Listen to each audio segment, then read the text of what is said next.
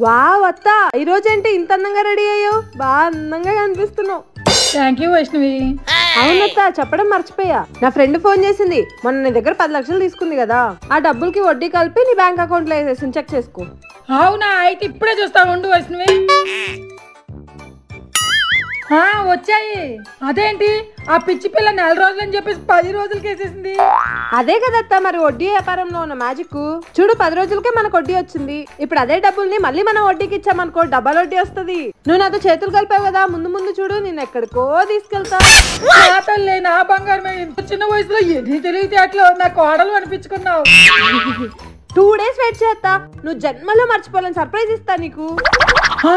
జన్మలో మర్చిపోలేని సర్ప్రైజ్ ఇస్తావా? దేవుడా, కొంచెం లేట్ కైనా మహాలక్ష్మిని మా ఇంటికి పంపించావయ్యా. చాలా థ్యాంక్స్ స్వామి.